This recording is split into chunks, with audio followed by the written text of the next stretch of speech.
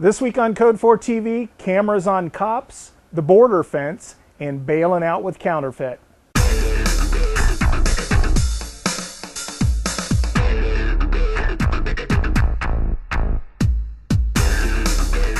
Welcome to episode 103 of Code 4 TV. I'm Joe Puckett. It's a great day in our world and a busy week in public safety, so let's get it started. The Seattle, Washington City Council is checking out ways to improve public safety and save on their liabilities. The council met last week and is considering a pilot program to test first-person cameras mounted directly on their police officers' uniforms. Two current vendors of the cameras include VaView and Taser. The VaView model is shown here on your screen. Video cameras have been successful for many years in patrol vehicles, and the idea is to take this one step further and reduce complaints and liabilities even more. Seattle police reportedly received over 1,400 complaints in 2009, which cost the city approximately $7.1 million in settlements and other administrative costs. The VaView camera unit is about $1,000, which equals about $1.3 million to outfit their entire officer unit of 1,300. The city also recognizes the significant increase in the cost to log the camera video and data. It would be quite an increase from their current tracking and logging of video from 275 in-car cameras. If they begin the program, Seattle would be one of the first city agencies in the nation to use the on-person camera technology.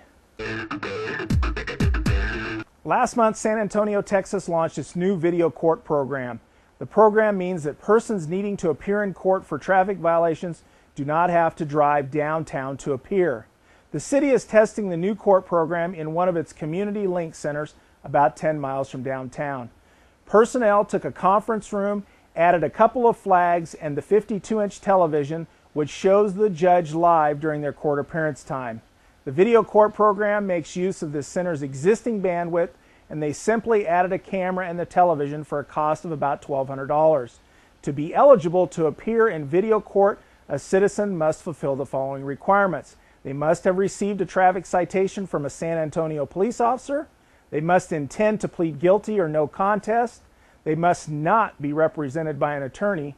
They must be the person named on the citation, and they must be prepared to pay fees and fines as requested by the judge. When we discuss public safety and your security, the topic of immigration seems to be a hot one these days.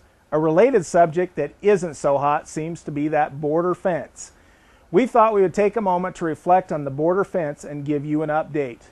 3 years ago, the Security Fence Act took effect. Within the act was a requirement for 850 miles of fence to be constructed along the U.S. and Mexico border within 1.5 years. To date, approximately 50 miles of new fence has been constructed by the federal contractors, and it is reported that another 5 miles has been constructed by private groups. So of the proposed 850 miles of fence, it appears that only 55 miles has been completed. A Santa Maria, California police officer is recovering after crashing his patrol car while responding to assist another officer involved in a foot chase of a burg suspect.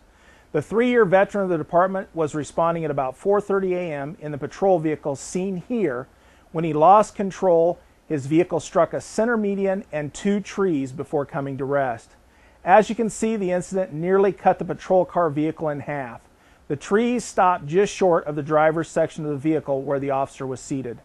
The crash is still under investigation by CHP, and the cause or speeds are not known at this time.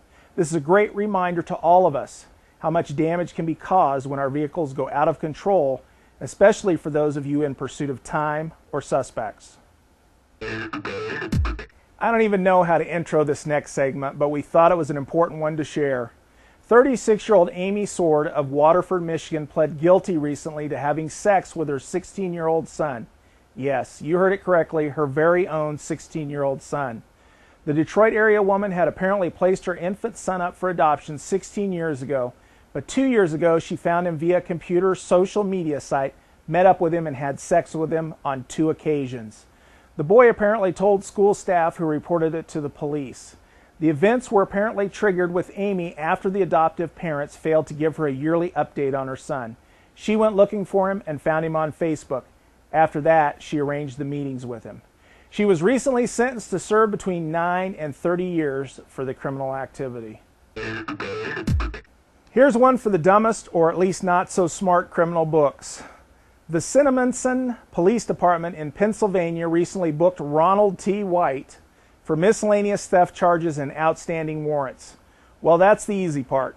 Mr. White apparently paid his bail, which was thought to be $400, with counterfeit money.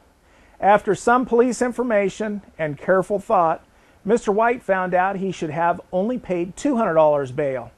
When he returned for his refund, he learned the police officials had obtained another warrant for forgery, as he had paid with obvious funny money.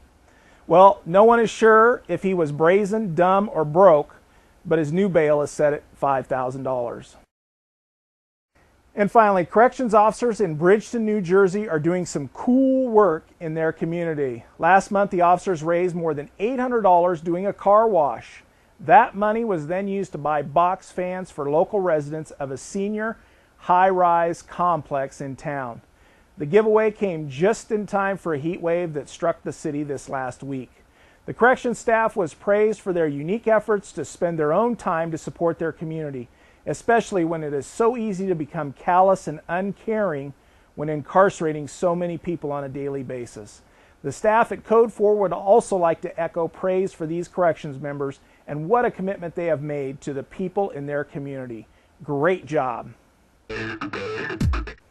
Well, that's it for this week's edition of Code 4 TV. If you have a topic you would like for us to discuss, send a note to joe@code4.org. You can also check us out at code4.org. You can also socialize with us on Facebook, Twitter, and MySpace. Thanks for joining us, and have a great and safe day.